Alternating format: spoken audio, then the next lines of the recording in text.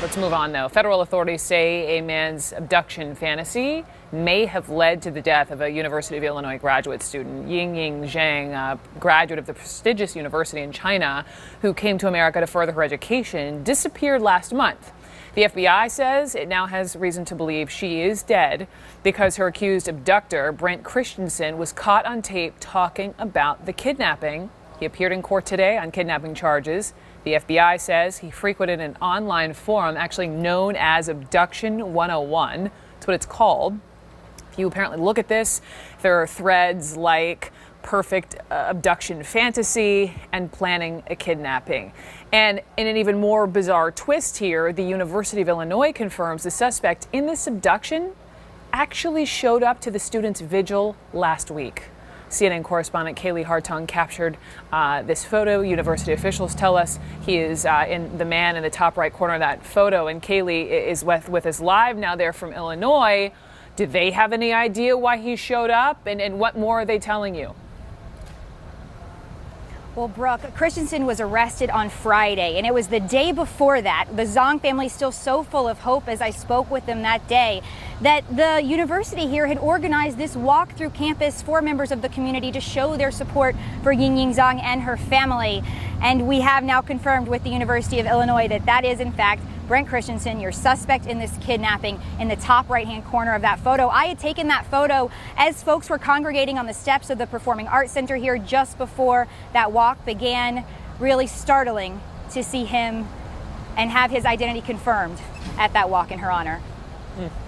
We know that police say they believe she is dead. This is apparently based in part on this audio, what he said in this recording, but they won't elaborate. Kaylee, do you know what more do you know about that? Well, let's start at the beginning of the evidence here against your suspect, Brent Christensen. Brooke, the last sighting of Ying Zong on June 9th, she was seen getting into a car that police say Christensen was driving that day and that he owns. When they then searched his phone, they found the records, as you mentioned, of the Abduction 101 site and the kidnapping fantasy site.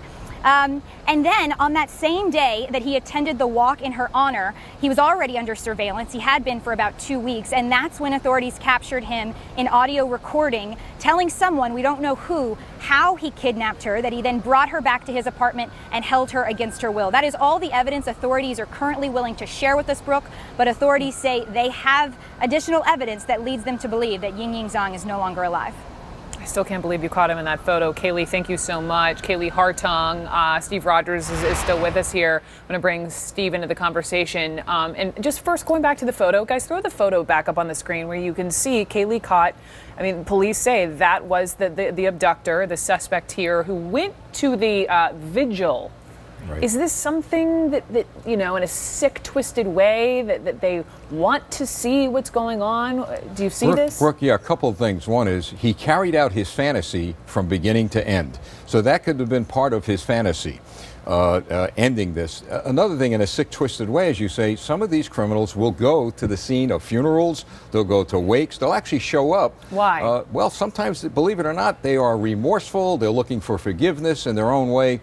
And that's why they show up. They're having a hard time coping what they did, or they're just confirming that, hey, look what I did, and I got all these people gathered in one area to mourn my victim. It's a sick crime. And this, Brooke, believe me, this was, at least appears to be a crime of opportunity.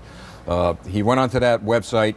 He decided that he was going to carry out his fantasy, and this poor girl at that bus stop became his victim. So let's back up, because I didn't know these websites existed. I spent way too much time just sort of trying to understand and reading about them. And apparently it's this website. It's for, or at least it's marketed for consenting adults, sexual fantasies, you know, into acting out kidnappings.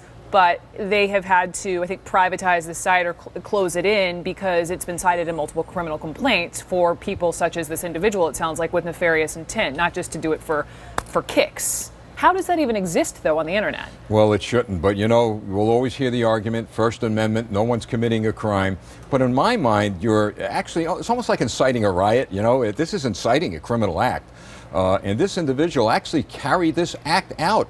And in his mind, you know what? He probably figures he's performed a fantasy in his mind. Maybe he feels he didn't do anything wrong. But here's what's key. The key is that the police got him right away. Sure. And now the motive. What was his motive? And we're probably going to find out the motive was as simple and terribly and tragically as, well, I went on a website, I decided to carry out a fantasy, it went too far. What troubles me is the fact that he changed his story, and when he cleaned the passenger side of the car more meticulously than the other driver's side, and said to the police in another story, well, I let her go, that was the signal that may led police to believe that she is no longer with us. Sad for the parents, and we need to keep them in our prayers. Absolutely. Steve Rogers, thank you so much. You're welcome. Awful. Thank you. Next here.